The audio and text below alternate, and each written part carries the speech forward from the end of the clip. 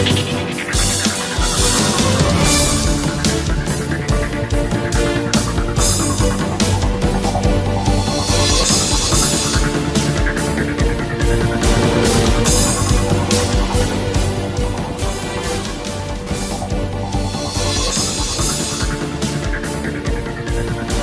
আমন্ত্রণ 24 ঘন্টায় presented by Hatil. আপনারা জানেন যমুনা টেলিভিশনের এই অনুষ্ঠানে আমরা সচরাচর কথা বলে থাকি দিনের উল্লেখযোগ্য বিষয়াদি নিয়ে। আপনারা জানেন যে সরকারের 100 দিন পূর্তি উপলক্ষে জাতির উদ্দেশ্যে যে ভাষণ দিয়েছেন প্রফেসর ডক্টর ইউনূস, সেখানে তিনি স্পষ্ট করে বলেছিলেন নির্বাচনী ট্রেন যাত্রা শুরু করেছে। সেই ট্রেন কোথায় গিয়ে থামবে সেটা নির্ভর করছে সংস্কার বা অন্য প্রক্রিয়াগুলো কতখানি হবে। আমরা সেসব নিয়ে আলোচনা করতে চাই। আলোচনার শিরোনাম নির্ধারণ করেছি এই নির্বাচনী ট্রেনের যাত্রী কারা হবেন। আলোচনার জন্য আমার সঙ্গে আছেন প্রধান উপদেষ্টার প্রেস সচিব জনাব শফিকুল আলম। মিস্টার আলম, স্বাগত আপনাকে। এবং আছেন সিনিয়র সাংবাদিক আশরাফ কায়েসার, যিনি রাজনৈতিক বিশ্লেষকও বটে। শফিকুল আলম, আপনাকে দিয়ে আলোচনাটা শুরু করতে চাই। অনেক ঘটনা ঘটছে প্রতিদিন।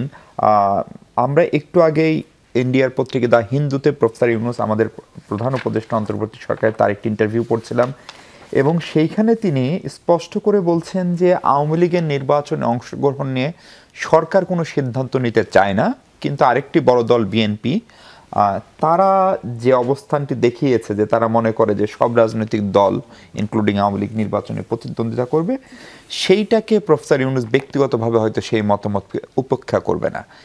আজকে আওয়ামী লীগের অনেক নেতার বিচার প্রক্রিয়া শুরু হলো, শেখ হাসিনার অনুপস্থিতিতে 13 জন যদি ভুল না করি, এবং একই দিনে যদি এই বার্তাও যায় যে আওয়ামী লীগ আগামী নির্বাচনে অংশও নেবে, সেটা আসলে পুরো আন্দোলনের স্পিরিটের সঙ্গে সঙ্গতিপূর্ণ নাকি খানিকটা বিপরীতমুখীও?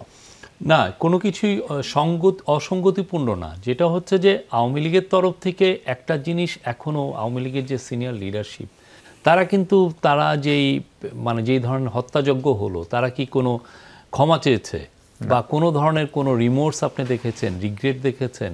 দুঃখ প্রকাশও তো করেনি, বরঞ্চ তারা অনলাইনে বিশাল টাকা খরচ করে জানাচ্ছে যে এই লোকগুলো 3000 পুলিশ মেরেছে, ফলে এই বাচ্চাগুলোকে মারাটা জাস্টিফাইড।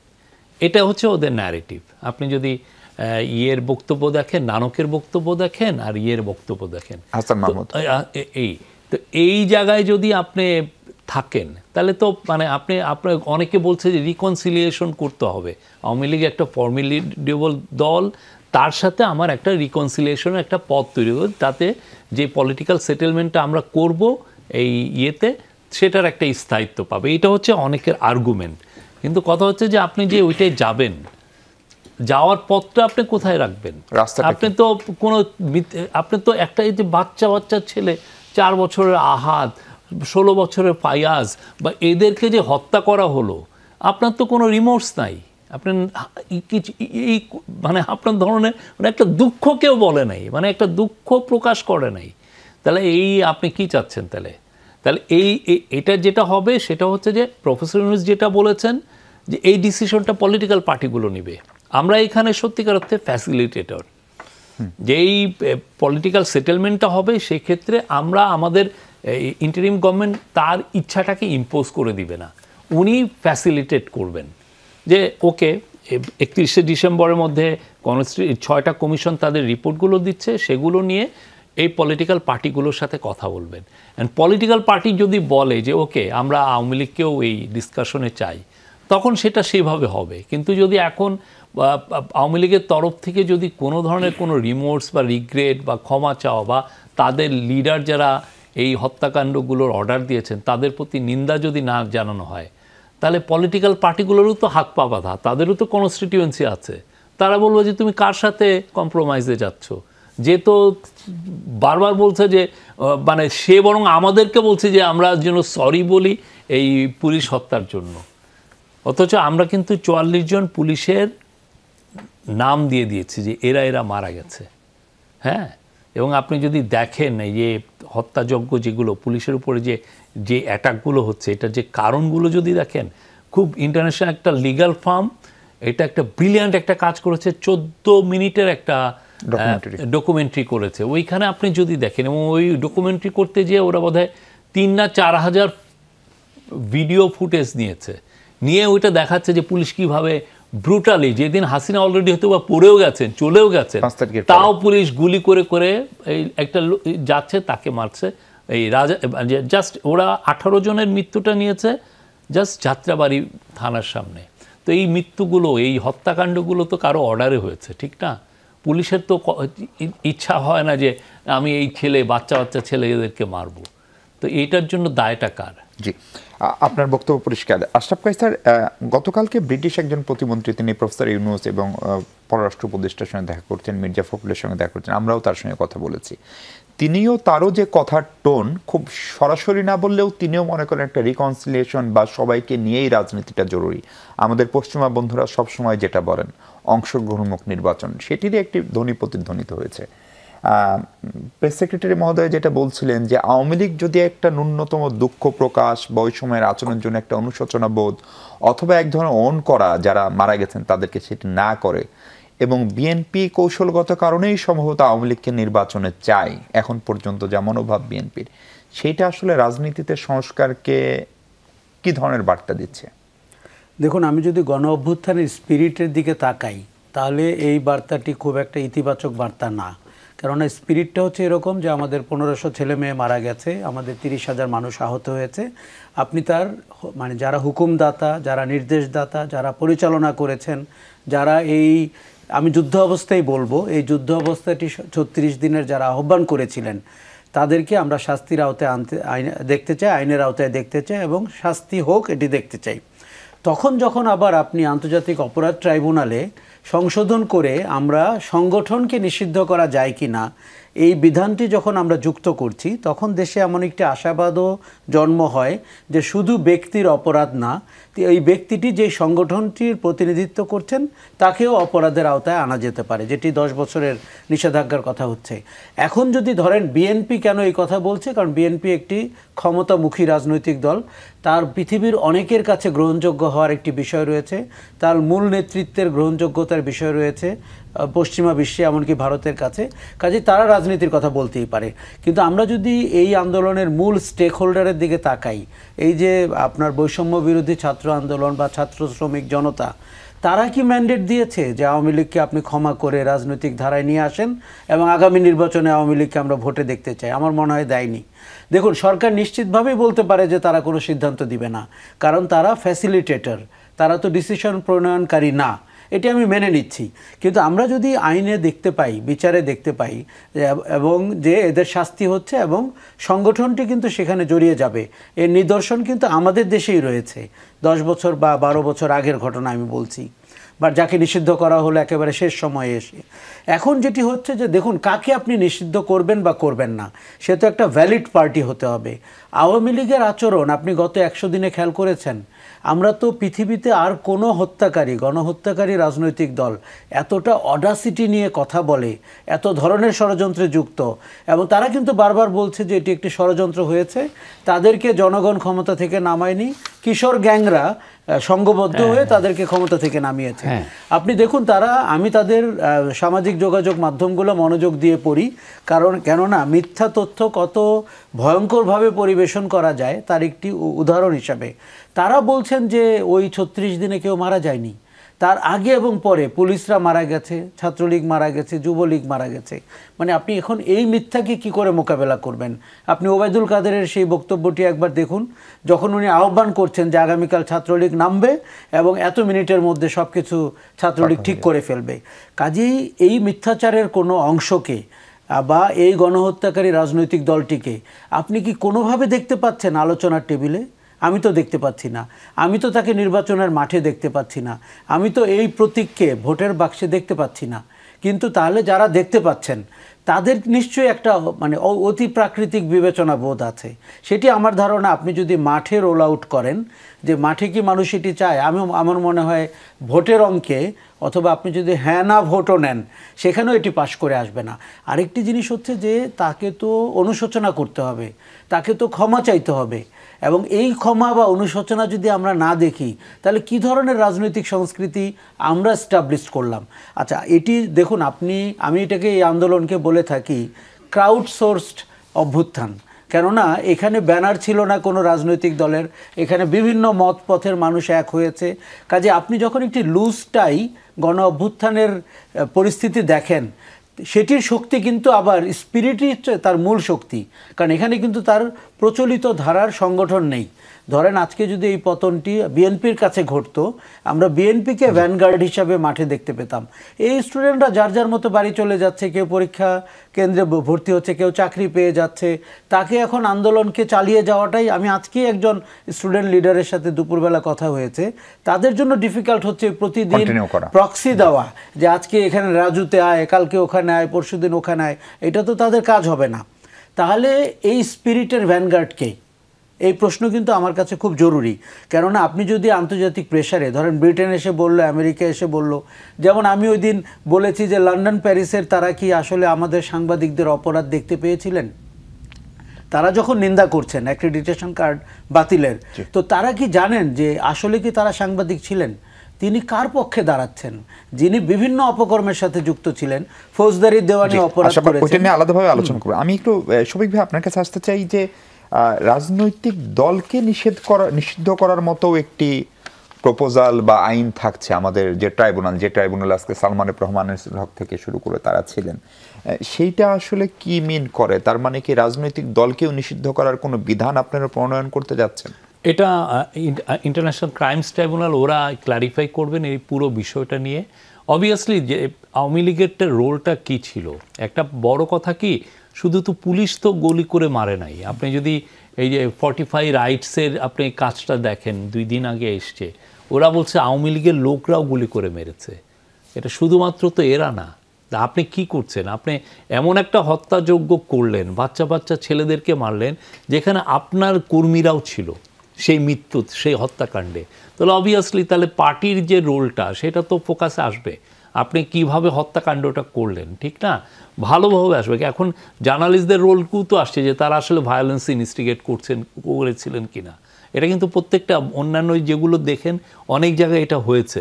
তো সেই জন্য মূল জিনিসটা হচ্ছে যে আওয়ামী লীগ, একটা তো হচ্ছে যে আপনি রিকনসিলিয়েশনের পথের কথা তো আসছে, কিন্তু মেন যেই জিনিসটা হচ্ছে যে আপনার যেই যার হাতে রক্ত আছে, অবভিয়াসলি বাংলাদেশের সোসাইটি, বাংলাদেশের মানুষ তো চাবে না যে সে পলিটিক্সে থাকুক। হ্যাঁ, কিন্তু ধরেন আপনি আওয়ামী লীগকে নিষিদ্ধ করলেন, আওয়ামী লীগের যে ভোট ব্যাংক আছে 25 থেকে 30% মতো, এটা আমরা নিষিদ্ধ করার কেউ না। এটা এগেন আমরা বলছি আদালত করবে, এটা আমরা নিষিদ্ধ করার কেউ না। আমরা যেটা করছি বা যেটা নিয়ে আমাদের একদম বারবার আমরা বলছি যে কনস্টিটিউশনাল রিফর্ম হোক আর যেই হোক, আমরা নিয়ে পলিটিক্যাল পার্টিগুলোর সাথে এগুলো আলাপ করব। পলিটিক্যাল পার্টি যদি কনসেনসাসে আছে, ওকে আওয়ামী লীগকে এইভাবে নিয়ে আসতে হবে, যাদের ওরা রক্ত যাদের হাতে আছে তাদেরকে বাদ দেন, দিয়ে এদেরকে নিয়ে আসেন যাতে পার্টিটা থাকে, তাদের যেহেতু একটা ভালো সাপোর্ট আছে বাংলাদেশি সোসাইটিতে, এভাবে এটা তারা ডিসাইড করবেন, আমরা জাস্ট ফ্যাসিলিটেট করব। জি জি আশরাফ ভাই, এই নির্বাচনের সময়সীমা নিয়ে একটা বিতর্ক নতুন করে উঠেছে প্রফেসর ইউনূসের একটি ইন্টারভিউকে কেন্দ্র করে। আজকে সন্ধ্যায় প্রেস সেক্রেটারি স্পষ্ট করেছেন যে সেই বক্তব্য দিয়ে তিনি আসলে কি বোঝাতে চেয়েছেন ওনার ব্রিফিংয়ে। শফিকুল আলম যেটি বলছেন এবং আমিও যেটা পড়লাম, প্রফেসর ইউনূস বলছেন যে সরকারের মেয়াদ যে 5 বছর সেটাকে 4 বছর করার একটা প্রস্তাব এসছে, এবং তার যে অন্তর্বর্তীকালীন সরকার সেটির মেয়াদ কোনোভাবেই এর চেয়ে বেশি হবে না। এবং এর প্রত্যুত্তরে যখন আল জাজিরা সাংবাদিক জানতে চেয়ে তাহলে আপনারা কি 4 বছর থাকবেন, উনি বলছেন না, 4 বছরের চেয়ে বেশি হবে না। এটার অনেক ধরনের মানে শফিক ভাইয়ের একটা ব্যাখ্যা আছে, আবার কেউ কেউ এরকম বুঝছে তার মানে তো কমপক্ষে 3 বছর 11 মাসও হতে পারে। এই সরকার আসলে কতদিন থাকতে পারবে? এই প্রশ্নের উত্তর দেওয়ার আগে আমি শুধু আগের বিষয়ে বলি। দেখুন, আমার চোখে অন্তর্বর্তী সরকার কিন্তু নিরপেক্ষ সরকার না। তারা যতই যদিও বলে থাকে, সরকারে থাকলে অনেক কথা বলতে হয়, কেননা আপনি তো অনেক মহলের কাছে গ্রহণযোগ্য হতে চান, আর বিশেষ করে আন্তর্জাতিক মহল তো আমাদেরকে মনে করে না যে আমরা আইন কানুনের দিক থেকে খুব বেশি উন্নত, স্ট্যান্ডার্ডটা ওইভাবে। কিন্তু এই সরকারটি তো আমার চোখে পক্ষপাতের সরকার। এই সরকার গণ অভ্যুত্থানের পক্ষের সরকার। এই সরকার গণহত্যাকারীদেরকে আর গণ অভ্যুত্থানকারীদেরকে এক পাল্লায় মাপতে পারে না। যদি মেপে থাকে তাহলে গণ অভ্যুত্থানের সাথে তার বেইমানি করা হবে। দেখুন, গণ অভ্যুত্থানকারী শক্তিই তো তাকে সরকারই বসিয়েছে। কাজে সরকারটিকে খুব মনোযোগের সাথে খেয়াল করতে হবে সে গণ অভ্যুত্থানের স্পিরিট ধারণ করে কিনা, এবং সেই স্পিরিটের আলোকে সে বিচার প্রক্রিয়া এগিয়ে নিচ্ছে কিনা, এবং রাজনৈতিক মাঠটিকে ওই রকম করে আপনার কাদামুক্ত করছে কিনা। দেখুন, আমরা আগে অনেক সফট কথা বলতে পারতাম, কিন্তু 36 দিনের গণহত্যার পরে কিন্তু আপনি ওইভাবে কথা বলতে পারবেন না। আরও একটা কথা বলি, ডিরেক্টলি 36 দিনের রক্ত হাতে আছে কি আছে না, এটি তো একটি বিবেচ্য বিষয়। 15 বছর সেই ফ্যাসিজম, সেই গুম খুন, সেই যে 3000 মানুষকে আপনি আটক করে রেখেছিলেন, বিচার বহির্ভূত হত্যাকাণ্ড করেছেন, এই সরকার যদি সেই অত্যাচারগুলো বা অন্যায়গুলোর বিচার প্রক্রিয়া এগিয়ে না নেয়, আমি নিজে ব্যক্তিগতভাবে এই অন্তর্বর্তী সরকারকে দায়বদ্ধ করব আগামীতে। না, আমাদের এটা প্রায়োরিটি, এটি কিন্তু আমি মনে করি প্রায়োরিটি, নাম্বার প্রায়োরিটি হচ্ছে এই হত্যাকাণ্ডের বিচার। আর আপনি যেটা বললেন যে মানে গুম খুম, আপনি যে আমরা আজকেও একটা মহিলা আসলেন, এসে কমিশনকে জানিয়েছেন যে উনি অনেকদিন গুম ছিলেন, একজন মহিলাকে গুম করা হয়েছিল। তো আমরা তো জানতাম কি, হিউম্যান রাইটস ওয়াচের রিপোর্টে আমরা জানতাম যে 660 জনের মতো হচ্ছে গুম হয়েছে, সেটার ওরা অলরেডি 1600 জন পেয়েছেন। ওইটাকে তারপরে ওরা এসে বলছে যে আমরা এদেরকে চিনি। তো টেবুলেশন করে দেখা যাচ্ছে যে 3500-এর মতো গুম খুন হয়েছে, মানে গুম হয়েছে। একটা গুম মানে জানেন, আপনাকে যদি আমি গুম করি, পুরো এই টিভি কমিউনিটি স্তব্ধ হয়ে যাবে, ও নাই, অতএব আমরা কেউ কথা বলবো। গুম হচ্ছে যে একটা ভয়ের চাদর একটা সোসাইটিতে পরিয়ে দেওয়া, একটা সোসাইটি পুরো রকম একদম কথা বলা বন্ধ হয়ে যায়। দেখুন, একটি গুম কিন্তু একটি খুনের চেয়েও ভয়ঙ্কর, কেননা খুন হলে আপনি মীমাংসিত, আর গুম হচ্ছে আপনি যতদিন না যে বেঁচে আছেন আপনি জানেন না উনি মারা গেছেন কি না, তার সম্পত্তির কী হবে, ব্যাংক অ্যাকাউন্ট কী হবে। আপনি সোশ্যাল স্টিগমাটা একবার ভেবে দেখুন। আমরা কি জানি না 15 বছরে যারা গুম হয়েছিলেন তাদের পরিবার কি করে বেঁচে ছিলেন। কাজেই এই সরকার যদি এগুলোর কোনো সুরাহা না করতে পারে, আমি সরকারকে অক্ষম মনে করব এবং এই সরকারকে আমি দায়বদ্ধ করব আপনার এই কার্যক্রম ঠিকমতো পরিচালনা না করার অপরাধে। এগুলো করার জন্য কতদিন সময় দিবেন? আমি একটু আসছি। দেখুন, আপনাকে আন্তর্জাতিক মহলের কাছে দায়বদ্ধ হতে হয়। ব্রিটেন, আমেরিকা, ইউরোপিয়ান ইউনিয়ন, যারা অনেক সুন্দর সুন্দর কথা বলবে, আপনাকে বুঝিয়ে বলতে হবে আমাদের এখানে কি ঘটেছিল। আপনাকে বুঝিয়ে বলতে হবে আমাদের রাজনীতির পরিভাষাতে গুম খুন কি, আমাদেরকে ফ্যাসিজম কিভাবে পেয়ে বসেছিল। এটি যদি আপনি করতে না পারেন, সেটি সরকারের ব্যর্থতা। সরকারের ব্যর্থতা কেন জনগণের ঘাড়ে আপনি চাপিয়ে দিবেন? আপনাকে আমরা বসিয়েছি এগুলো বুঝিয়ে বলে আমাদের আইনানুগ যে ন্যায় বিচার সেটি আদায় করার জন্য। আচ্ছা, এবার আপনাকে বলি নির্বাচনের সময়কাল নিয়ে, যেটা আপনি শুরুতে বলছিলেন। দেখুন, আমি কিন্তু মনে করি গণ অভ্যুত্থান নির্বাচনের জন্য হয়নি, এটি পরিষ্কার। আমার রাজনৈতিক দলের বন্ধুরা খুব মন খারাপ করে এই কথা শুনলে। তারা বারান্দায় বসে পেপার পড়ছিলেন, তাদের ডাকে রাস্তায় কেউ 15 বছরে নামে নাই। তারা অনেক অত্যাচারিত, নিপীড়িত হয়েছেন, তাদের জীবন অতিষ্ঠ হয়েছে, কিন্তু বাংলাদেশের মানুষ কোনো রাজনৈতিক ব্যানারে রাস্তায় নেমে শেখ হাসিনার পতন ঘটায়নি। এই তথ্যটি এবং এই সত্যটি তাদের মেনে নিতে হবে। কাজেই অরাজনৈতিক ব্যানারে যখন নেমেছে, সেটির অর্থ একমাত্র নির্বাচন না। আমরা সবাই কিন্তু একাডেমিকভাবে থিওরিটিক্যালি বলবো নির্বাচিত প্রতিনিধি ক্ষমতায় থাকলে ভালো হয়, কিন্তু আমরা সবাই জানি 54 বছরে নির্বাচিত প্রতিনিধিরা কতটা যৌক্তিক দাবি পূরণ করেছেন কিংবা অযৌক্তিকভাবে সন্ত্রাসী হয়েছেন বা ফ্যাসিবাদী হয়েছেন। এখন আপনাকে বলি, আমরা তো শুধু একটি নির্বাচনের জন্য গণ অভ্যুত্থান করিনি, আমরা পরিবর্তনের জন্য করেছি। আমাদের আকাঙ্ক্ষার প্রতিফলন হবে রাষ্ট্র প্রক্রিয়ায়, সেটির জন্য করেছি। তার জন্য আপনাকে সরকারকে সময় দিতে হবে, কিন্তু আমি আবার সেরকম করে বলবো না যে যতদিন লাগবে ততদিন সময় দিতে হবে। অনির্ধারিত সময় পৃথিবীর কারো জন্য ভালো না, সরকারটি নিজের জন্যও ভালো না। কাজে আমরা একটি সময়কাল বলতে চাই। আমি যতটুকু জানি, গতকালকে আল জাজিরার সেই ইন্টারভিউয়ের পরে বিএনপি সহ অন্যান্য রাজনৈতিক দলের মনে হয়েছে যে সরকারটিকে তাহলে 4 বছর থাকার কথা বলছে কিনা। আরও একজন উপদেষ্টা একদিন বলেছিলেন, যেহেতু ফেলে যাওয়া সরকারটির 4.5 বছর বাকি আছে, অতএব আমরা এটি পূরণ করব। এই ধরনের কথা কিন্তু মানুষকে বিভ্রান্ত করে। আপনি যদি তার চেয়ে বেশি যৌক্তিকভাবে বলেন যে এইরকম মোটামুটি একটি সংস্কার ছাড়া নির্বাচন করতে গেলে বাংলাদেশ রাষ্ট্রের কোনো উপকার হবে না, আমরা ধরেই নেই, আমি যুক্তির খাতিরে বলছি, নির্বাচিত সরকার সংস্কার প্রক্রিয়া আর এগিয়ে নেবে না, আপনি ধরে নেন। কারণ অতীতে আমাদের কেউ সেটি নেয়নি, 90 সালেও নেয়নি, 2008 সালেও নেয়নি। তাহলে আমি কেন হঠাৎ করে ভাববো 2024-এ এসে তাদের এমন সব মানে চিন্তাভাবনা তৈরি হবে যে তারা সব মেনে নেবেন। কাজেই সরকারটির কাছে আমার প্রত্যাশা হচ্ছে এমন মাপের সংস্কার করে যাওয়া যার পরে নির্বাচিত সরকার না করলে আমার তেমন কোনো লস হবে না, মৌলিক কোনো পরিবর্তন হবে না। অথবা সে যেন আপনার ট্র্যাকের উপরে ট্রেনটাকে তুলে দিয়ে বলতে পারে যে কিছু দূর এগুলেও আরও কিছু সংস্কার ন্যাচারালি হবে। তার মানে আমি দেখতে পাচ্ছি যে অন্তত 1.5-2 বছর তো বটেই এই সরকারের নির্বাচনের জন্য সময় লাগবে। কেননা আমরা নির্বাচনী পরিবেশ জানি, আমরা প্রশাসন, দেখুন নির্বাচন করতে হলে আপনাকে একটা নিরপেক্ষ, যৌক্তিক এবং ক্ষমতা সম্পন্ন প্রশাসন লাগবে। এই সরকারটি প্রশাসনিক সংস্কারে তেমন ভালো কাজ করতে পারেনি এবং যাদেরকে দিয়ে করতে চেয়েছিল তারা লেজে গোবরে জড়িয়েছে।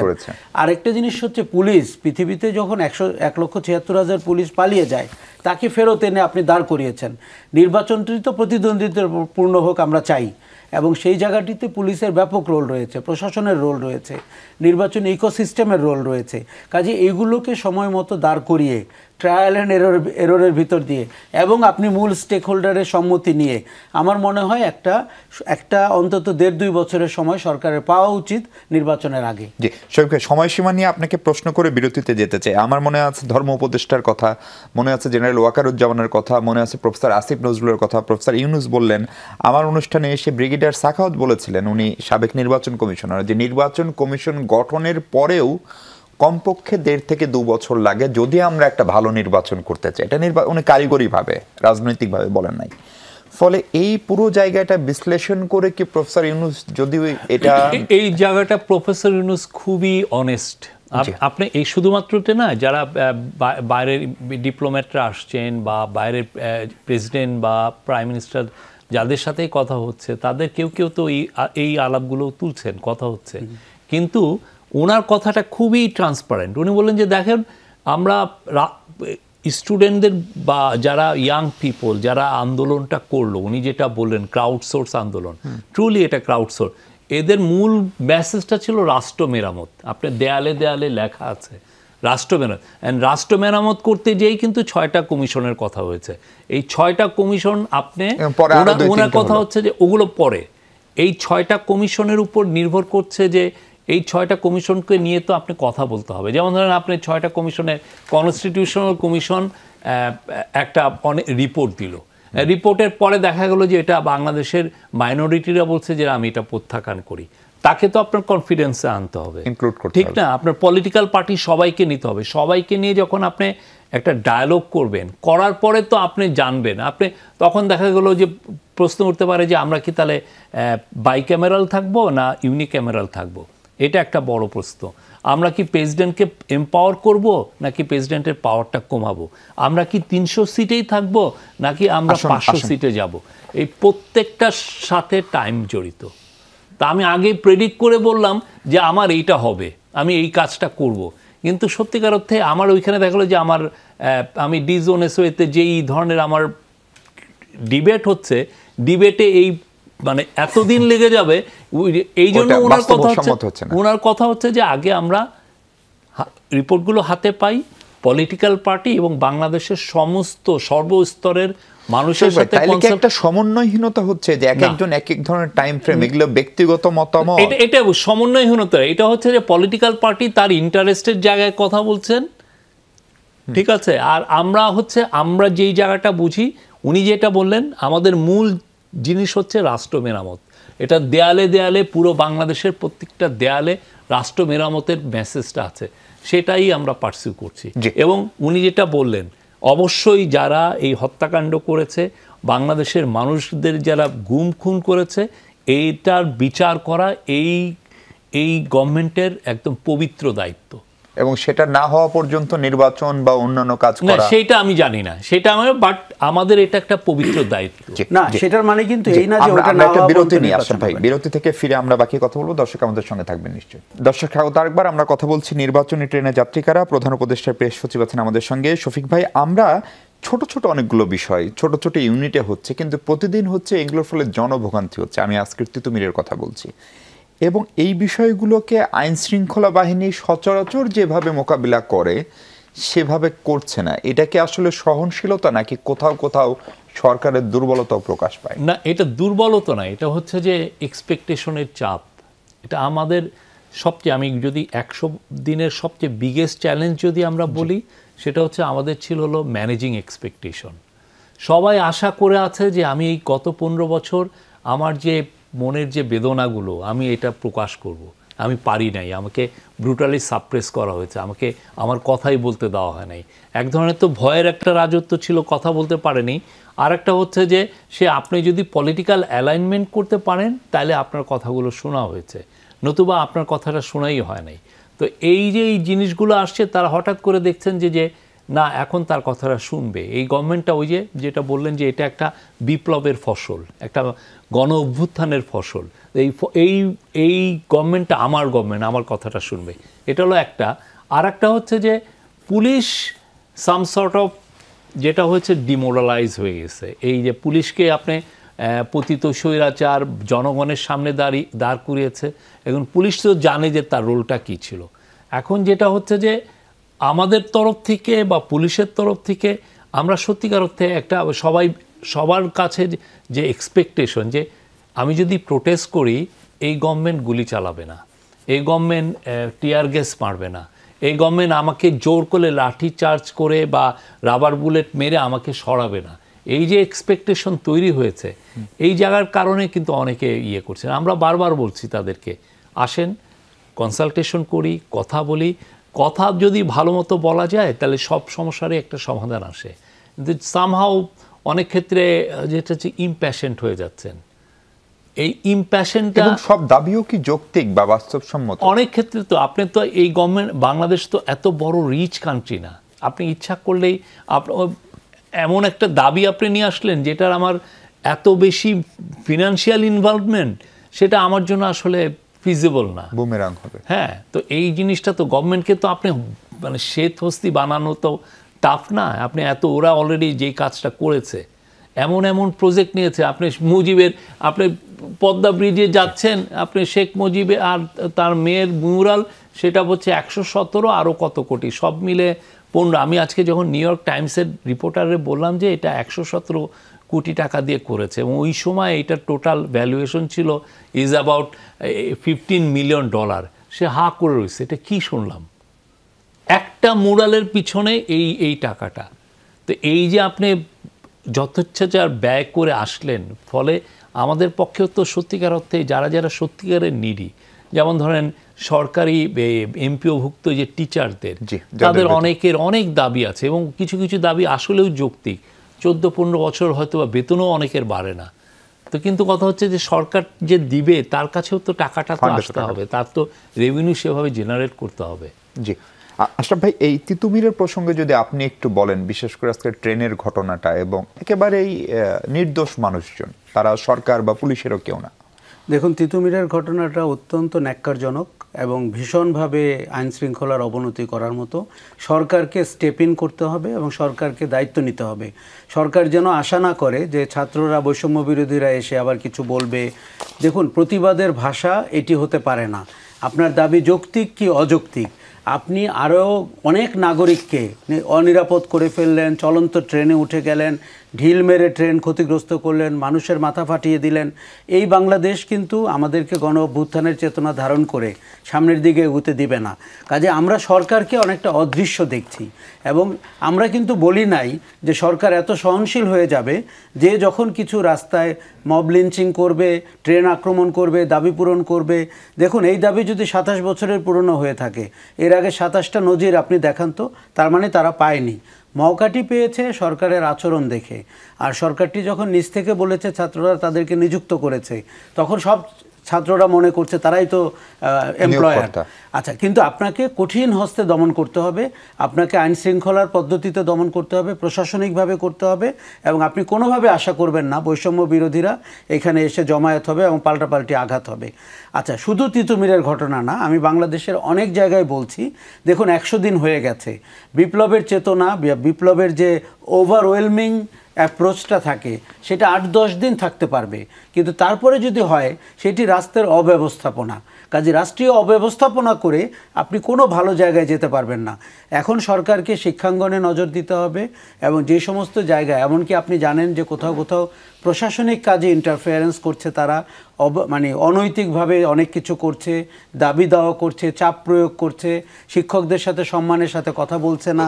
এই প্রত্যেকটা জায়গাতে আপনাকে এখন শক্ত হাতে দমন করতে হবে, ইন্টারভেন করতে হবে, ডিসিপ্লিন ফেরত আনতে হবে। এবং আমি আবারও বলি, কাউকে যদি আপনার মনে হয় যে আইন নিজের হাতে তুলে নিচ্ছে, তাকে শাস্তির আওতায় আনতে হবে। এ না হলে আপনি দেশের ভেতরে শৃঙ্খলা ঠিক রাখতে পারবেন না। শফিক ভাই, দ্য হিন্দু প্রফেসর ইউনুসকে একটি প্রশ্ন করেছিল যে এই সরকারের কোনো ইসলামপন্থী এজেন্ডা আছে কিনা, অথবা সেটি এগিয়ে নেওয়ার মতো ডক্টর প্রফেসর ইউনুসের প্যানেলে, উপদেষ্টা পরিষদে কেউ আছে কিনা। সেই প্রশ্নের সাথে উনি উত্তর দিয়েছেন যে যারা আছেন তাদের ব্যক্তিগত ক্যালিবার, অতীত, নারী অধিকার কর্মী। আমি যে প্রশ্নটি অ্যাড করতে চাই, ধরেন বৈষম্যবিরোধী ছাত্র আন্দোলন 5 আগস্টের পরপরই বলল এক ফ্যাসিবাদ দিকে সরে আর এক ফ্যাসিবাদকে আনতে চায় না, যেটা হয়তো বিএনপিকে মিন করেছে। জাতীয় পার্টিকে নিষিদ্ধ করার দাবি উঠেছে। বাম যে দলগুলো আওয়ামী লীগের সঙ্গে এলাই ছিল তাদেরও বিচার প্রক্রিয়া শুরু হয়েছে। একটি রাজনৈতিক দলকে নিয়ে কোনো প্রশ্ন উঠছে না, সেই রাজনৈতিক দলটি জামাতে ইসলাম, এবং তাদের ভাবমূর্তিও তাদের আচরণে, কথাবার্তায় ধারণা করা হচ্ছে অনেক বেশি তারা গেইন করছে। ফলে এইটার সঙ্গে কি এই সরকারের কোনো রাজনৈতিক, আমি আগে বলেছি আমাদের কাজটা ফ্যাসিলিটেটর, আমরা কোনো ইজম এসে ইম্পোজ করছি না যে আমি এইটা পার্সু করছি, আমি ওইটা পার্সু করছি। আপনি 100 দিন তো গেল, 100 দিনে আমাদের আপনি যেই অর্ডারগুলো হয়েছে, যে কাজগুলো আমরা করেছি, আপনার কি মনে হচ্ছে একটা কাজ দেখাতে পারবেন যে আমরা একটা ইসলামিস্ট এজেন্ডা প্রমোট করছি? একটা কাজ দেখান যে এই এজেন্ডা ইয়ে করছেন, বা আমাদের অ্যাডভাইজাররা এই জিনিসগুলো প্রমোট করছেন। আমি তো দেখি না। আমি তো প্রত্যেকটা ক্যাবিনেট মিটিংয়েই তো থাকি।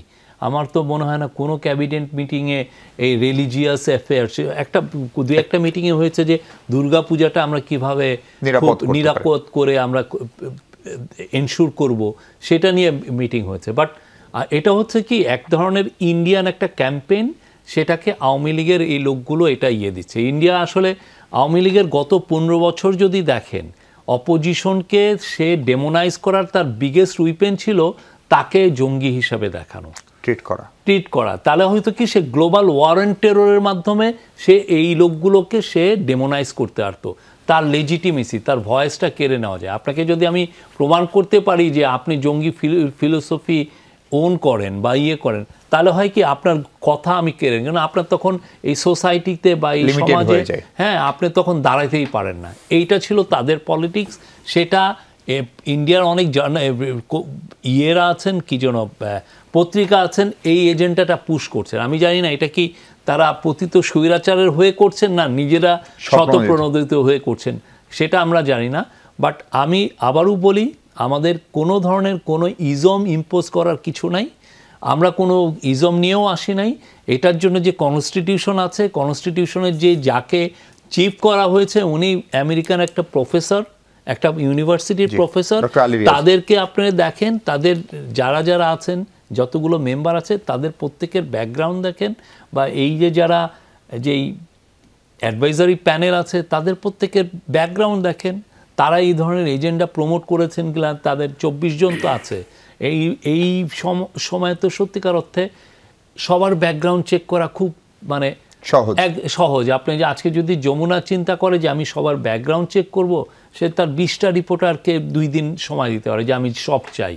আপনি 2 বস্তা আপনি ইনফরমেশন আনতে পারবেন, এটা নাই। এই জিনিসগুলো এটার মধ্যে নাই। বাট এটা হচ্ছে যে part of a major smear campaign.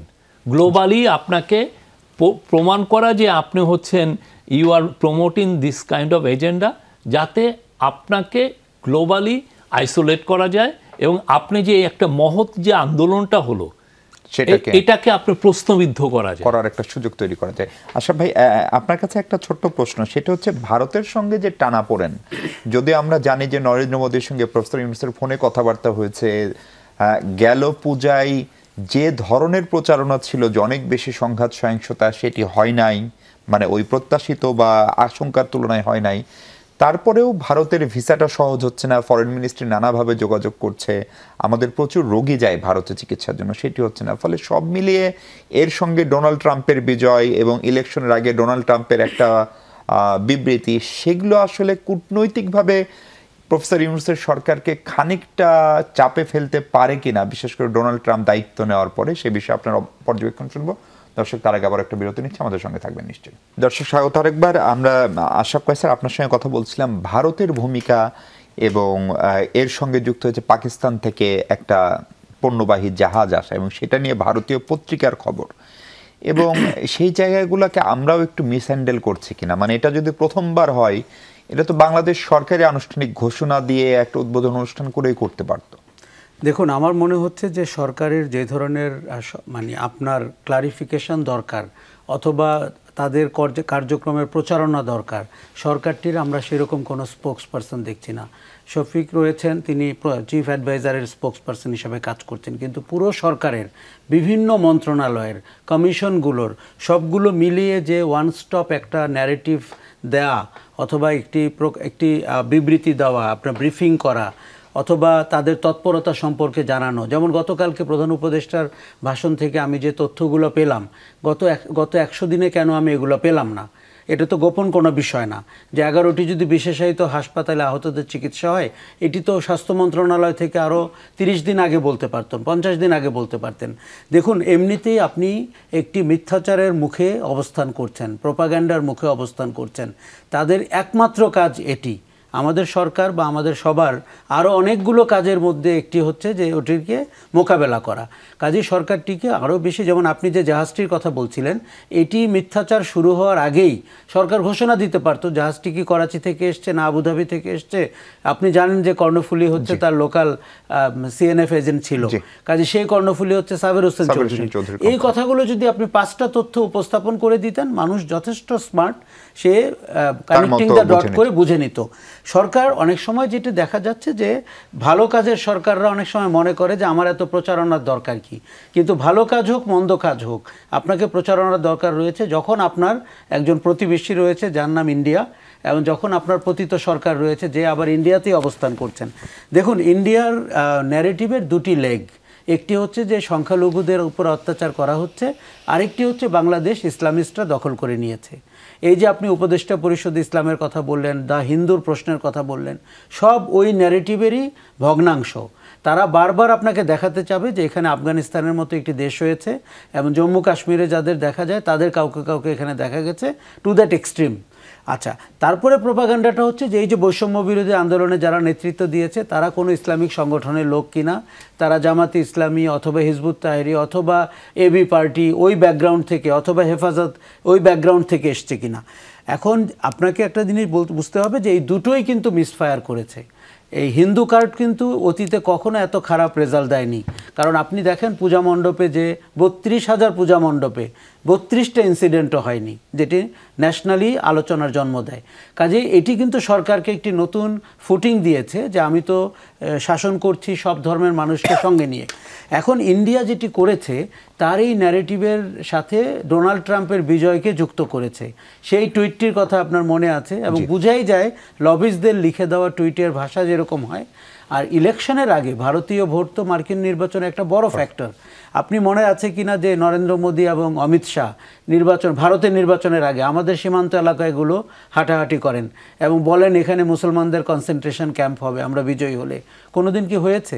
তার মানে নির্বাচনের আগে টুইট অথবা সফর আর নির্বাচনের পরের দায়িত্বশীল রাষ্ট্র চালানো, এটির মধ্যে অনেক পার্থক্য আছে। আমি আপনার প্রশ্নের উত্তরে বলি, আমি মনে করি না ডোনাল্ড ট্রাম্পের কারণে বাংলাদেশ খুব বড় কোনো বিপদের মুখে পড়তে যাচ্ছে। কিন্তু যেটি করবে সেটি হচ্ছে চায়নার ব্যাপারে যেহেতু ডোনাল্ড ট্রাম্প এবং মার্কিন যুক্তরাষ্ট্রের সেন্সিটিভ অবস্থান রয়েছে, তারা ভারতকে হয়তো বেছে নিবে তার একটি প্রতিপক্ষ হিসাবে দাঁড় করানোর জন্য অথবা সহযোগী শক্তি হিসাবে। সেইখানে যদি বাংলাদেশ ট্রেড অফ হয় সেটি একটি দুঃখজনক ঘটনা ঘটবে, যেটি আমরা অতীতে শুনেছিলাম গত নির্বাচনের সময়। কাজে আমাদেরকে কূটনৈতিকভাবে চেষ্টা করতে হবে আমাদের পরিস্থিতিটা, এটি বাংলাদেশের গণমানুষের আকাঙ্ক্ষার পরিবর্তন, এটি কোনো ধর্মীয় গোষ্ঠীর না, এটি কোনো সাম্প্রদায়িক গোষ্ঠীর না। এবং আমাদের এখানে সংখ্যালঘুরা, আমরা তাদেরকে সংখ্যালঘুও বলতে চাই না, তারা যে কোনো নাগরিকের মতো সমান সুযোগ পায়। আমার ধারণা এবারে কিন্তু তারা আরও ভালো বুঝতে পেরেছেন যে তাদের অতীতের ভুলগুলো কি, এবং অতীতের কোনো কোনো সরকার তাদেরকে ভোট ব্যাংক হিসাবে ব্যবহার করেছেন, তাদের সম্পত্তিটিকেও তারা দখল করেছেন মূলত। এটি কিন্তু তাদের দলীয় একজন ইকোনমিস্টের সার্ভে থেকেই বেরিয়েছে। কাজেই ভারতকে আপনি এখন কি করে মোকাবেলা করবেন? আমার ধারণা প্রফেসর ইউনূস ওথ নেওয়ার আগে যখন 7 সিস্টার সম্পর্কে ওই মন্তব্য করে ফেলেছিলেন, এই সরকারটিকে আমরা একেবারেই ভারতের ব্যাপারে সঠিক অবস্থানে দেখতে পাচ্ছি। অতীতের কোনো রাজনৈতিক সরকারকে আমরা এই অবস্থানে দেখতে পাইনি। আওয়ামী লীগ সরকার তো দূরের কথা, এমনকি বিএনপিকেও না। বিএনপির ব্যাপারে আমাদের এখন অবজারভেশন হচ্ছে যেহেতু বিএনপি পাওয়ার পলিটিক্স করে, যখনই যেটা নির্বাচন আগেও হোক সেটি কিন্তু ভারতের সাথে তাদের একটি সমঝোতার সম্ভাবনা আমরা দেখতে পাই। তাদের কোনো দলীয় নেতৃবর্গ ভারতে ভিজিট করেছেন, তারা কথা বলছেন, তারা চাচ্ছেন ভারত দ্বারা অ্যাকোমোডেটেড হতে। কিন্তু আমরা চাই ওই শক্তিগুলো বা যারা নির্বাচনে বিজয়ী হবেন তারা যেন কোনোভাবেই বাংলাদেশ রাষ্ট্রের ইন্টারেস্টকে বাদ দিয়ে অ্যাকোমোডেটেড না হন। জি, স্বাভাবিক প্রশ্নটা হচ্ছে প্রতিবেশী তো আসলে কোনোভাবে বদলানো যায় না, ফলে ভারতের যেরকম আমাদেরকে দরকার আমাদেরও দরকার, বিশাল স্থল সীমা আমাদের। ফলে এই টানাপোড়েনটা আসলে কাটানোর জন্য আপনাদের চিন্তা ভাবনাটা কি? না, আমরা তো চাই যে তাদের সাথে আমাদের সম্পর্কটা ভালো হোক, কেননা সত্যিকার অর্থে ইন্ডিয়া, আপনি জানেন যে ওদের ইকোনমিক গ্রোথ হচ্ছে, খুব ভালো গ্রোথ হচ্ছে। তার গ্রোথ যদি ভালো হয় সেটার তো সত্যিকার অর্থে উপচে পড়া না, সেই জিনিসটা সবাইকে হেল্প করে, পুরো সাউথ এশিয়ার সবাই। তারপরে হচ্ছে যে আমাদের ধরেন আমরা আমাদের বিদ্যুতের জন্য আমরা খুব ফসিল ফুয়েলের উপরে ডিপেন্ড করি, তো আমরা চাচ্ছি এটাকে একটু গ্র্যাজুয়ালি এটাকে ইজ অফ করতে। তো এটা করার জন্য আমাদের দরকার হচ্ছে যে নেপালের ইয়েতে, তো আমরা স্যার বারবার বলছেন যে আমরা একটা সাউথ এশিয়া গ্রিড করি, তাহলে নেপাল বা ভুটানের যে অবারিত যে রিনিউয়েবল এনার্জি, এটা সবাই আমরা উপকৃত হলাম, ইন্ডিয়া উপকৃত হলো, নেপাল ভুটানও হলো। তো এই কথাগুলো কিন্তু বারবার বলছি। তারপরে সার্কের কথা বলছেন, সার্ক করলে যেটা লাভ হয় সেটা হচ্ছে যে এক ধরনের আস্থার পরিবেশটা তৈরি হয়, এক ধরনের যে টেনশনের যে জায়গা, হ্যাঁ, বা ইন্ডিয়া বলতে পারে যে না পাকিস্তানের সাথে আমি, ইন্ডিয়ার সাথে পাকিস্তানের যে সিকিউরিটি এক্সপেক্ট যেটা, সেই রিলেশনটিকে আমরা আর এখানে আনলাম না, অন্য আলাপগুলো তো হয়। স্যার বললেন যে স্যার এবার নিউ ইয়র্কে খুব চাচ্ছিলেন যে এই সার্কেল লিডারদের সাথে একটা ফটোশ্যুট করতে, 5 মিনিটের জন্যও যদি বসে একটা ফটোশ্যুট করা যায় এবং এটার যদি মেসেজটা আসে, তাহলে কি সাউথ এশিয়ায় একটা শান্তির বাড়ি আসে। তো এই জিনিসগুলো কিন্তু আমরা করছি, করার পরেও তারপরে যেটা দেখছি যে অ্যামাউন্ট অফ মিস ইনফরমেশন, এটা আনবিলিভেবল। এটা আপনি বলছেন এই জিনিসটাকে আপনি পুরোটা মনে হচ্ছে যে খুবই ওয়েল অর্কেস্ট্রেটেড, প্রচুর টাকা ঢালা হচ্ছে। আমরা এই ইয়ের ক্ষেত্রে যেটা চিটাগাংয়ের ক্ষেত্রে আমরা সাথে সাথে লিজ দিয়ে দিয়েছি, এই যে এই পণ্য আনছে, আপনি জানেন পণ্য খালাস না করা পর্যন্ত আমরা বলতে পারি না। ফলে আমাদের যেটা হয়েছে যে একটা দিন দেরি হয়েছে, পণ্যগুলো যখন ইয়েতে লিস্টেড হয়েছে এই জন্য কাস্টমসে, আমরা পুরোটা লিস্ট দিয়ে দিস ইজ আসছে, আমরা দেখিয়েছি যে এটা জেবেল আলীর থেকে এসে করাচিতে এসছে, করাচির থেকে সে পণ্য নিয়ে আমাদের এখানে আসার পরে গেছে ইন্দোনেশিয়ার একটা পোর্ট, সেটা পরে যে মালয়েশিয়ার পোর্ট ক্লায়নে, আমরা সব দিয়ে দিয়েছি। কিন্তু আপনি যদি চোখ কান বন্ধ রাখেন, আমি যদি না শুনি আপনার কথাটা, যে আমি শুনবো না, এবং টেলিগ্রাফ, কলকাতার টেলিগ্রাফ যেটা রেসপেক্টেড ডেলি, তারা পর্যন্ত এই সমস্ত ফালতু নিউজ দিচ্ছে, তাহলে আপনি কি করবেন? আমি আপনার কথা শুনবো না। পাকিস্তানের সঙ্গে আমাদের সম্পর্কটাকে হঠাৎ করে খুব বেশি ভালো হচ্ছে, এটা তো পাকিস্তানের বিষয় না, এটা তো একটা রুটের বিষয়। জি, আমি তো পাকিস্তানের সাথে, মানে এটা বাইলেটারাল না, এটা বাইলেটারাল না, এটা তো কি জেবেল আলীর থেকে আসছে, দুবাই থেকে আসছে, সে তো অলং দা ওয়ে সে 5টা পোর্ট টাচ করছে। এখন এই পুরো জিনিসটাকে আপনার ন্যারেটিভটা ওরা বিল্ড আপ করেছে যে পাকিস্তানের সাথে আমাদের একটা সম্পর্ক যেহেতু একটু বেটার, এখন সেইটাকে তারা দুই মিলিয়েছে।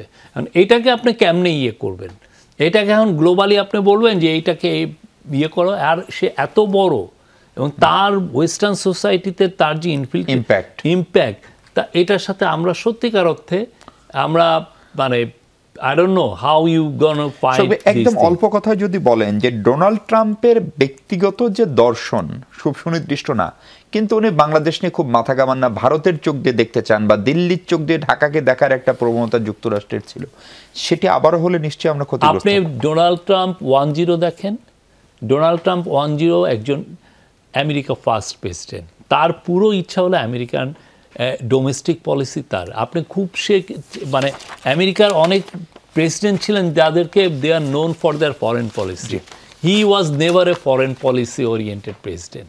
তো আমরা এটা নিয়ে ভাবছি না, বরঞ্চ আমরা মনে করছি ডোনাল্ড ট্রাম্প আসলে আমরা ইকোনমিক্যালি বেনিফিটেড হব। কেন হব? ডোনাল্ড ট্রাম্প বলছেন যে উনি চায়নার উপরে 60%, চায়নার যে গুডস যেটা আমেরিকা যায় সেটার উপর 60% ট্যারিফ, তো ওইটা যদি 60% যদি ট্যারিফ হয়, তাহলে চায়নার যে সমস্ত প্রোডাক্ট ধরেন খুবই কম্পিটিটিভ অ্যাডভান্টেজ কম, যেমন ধরেন গার্মেন্টস, আমি সেই সুবিধাটা এই গার্মেন্টস ফ্যাক্টরিগুলো অন্য দেশে যেতে হবে, আদারওয়াইজ তার পক্ষে এই 60% ট্যারিফ দিয়ে আমেরিকার মার্কেটে ঢোকা সম্ভব না।